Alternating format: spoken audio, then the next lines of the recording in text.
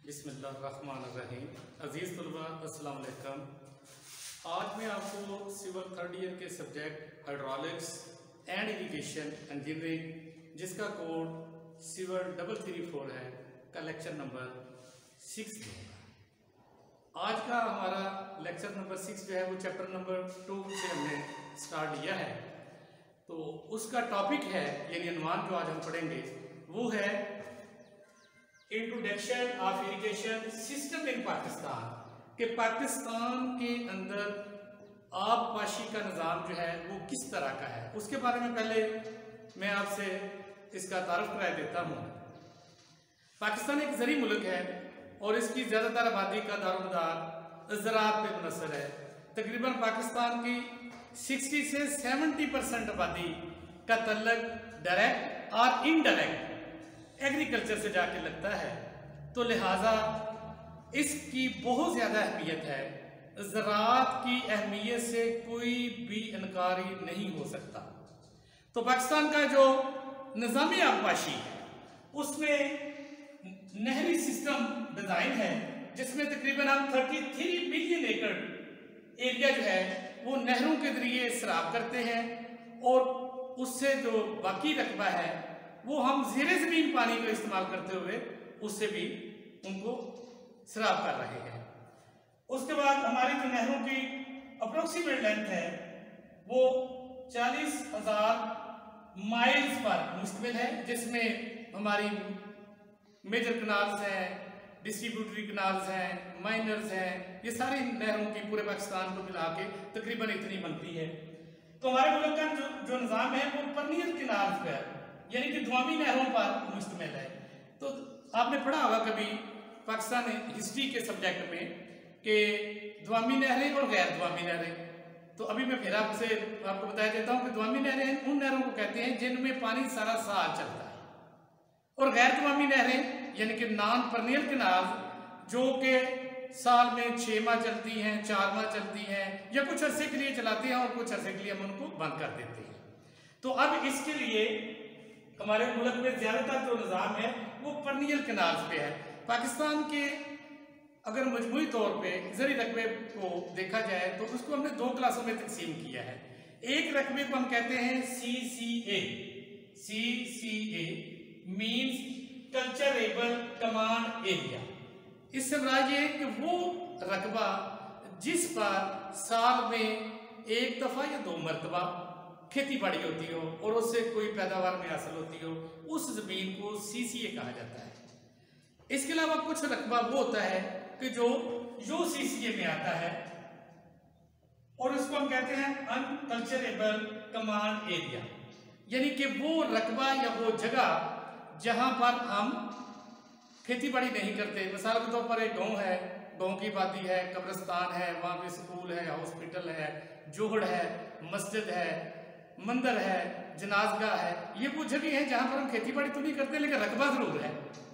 तो हमारे CCA रकबा पाकिस्तान का मजमूई तौर पे कम होता जा रहा है, जिसमें मिल फैक्ट्री कारखाने की बहुत ज़्यादा मिकदार हो गई है, हाउसिंग स्कीमें धड़ाधड़ बनाए जा रहे हैं, ज़मीन रिड्यूस हो रही है, आबादी बढ़ रही है, खुराक की पैदावार में कमी हो रही है। हमारा नए निज़ाम में भी कोई इतना अच्छा नहीं है, हमारे एक्सपर्ट्स नहीं हैं कि हम नए बीज जो हैं वो बना सकें।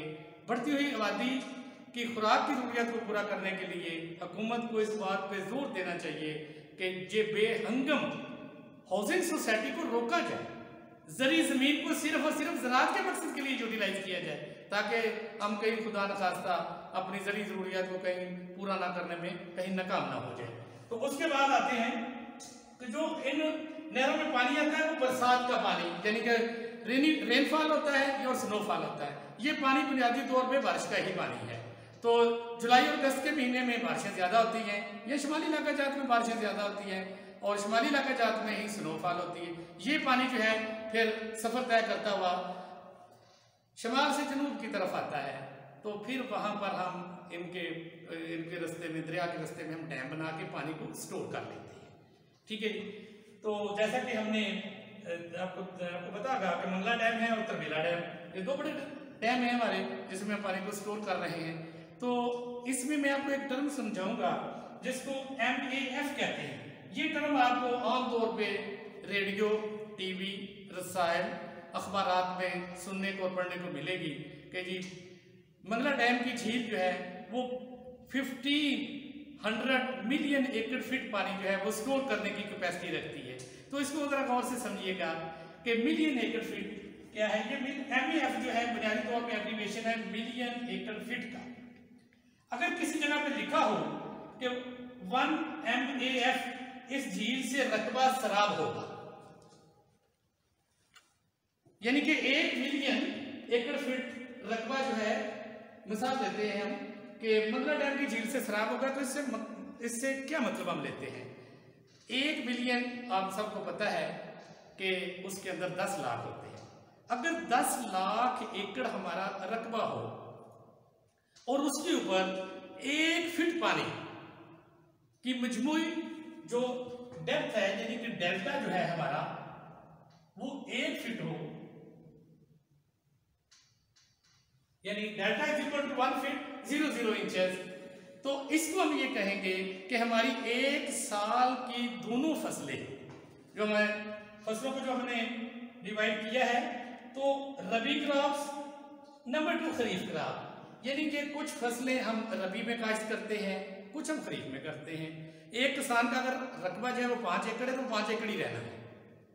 कभी उसने रबी क्रॉप्स उसमें काश्त कर दी, उसको भी पानी की बेटा जरूरत है, और कभी उसने खरीफ क्रॉप उस रकबे में काश्त कर दी तो उसको भी पानी की जरूरत है। तो मजमूई तौर पर एग्रीकल्चर डिपार्टमेंट हमें ये बताते हैं कि दोनों फसलों को 1 साल में बोने से लेके काटने तक उनको जो पानी की जरूरत है वो 1 फीट अगर उसको मिल जाए तो दोनों फसलें को पककर तैयार हो जाती है। तो इस तरह ये क्वांटिटी ऑफ स्टोरेज वाटर है, यानी एक मिकदार है जो पानी को जमा करते हैं।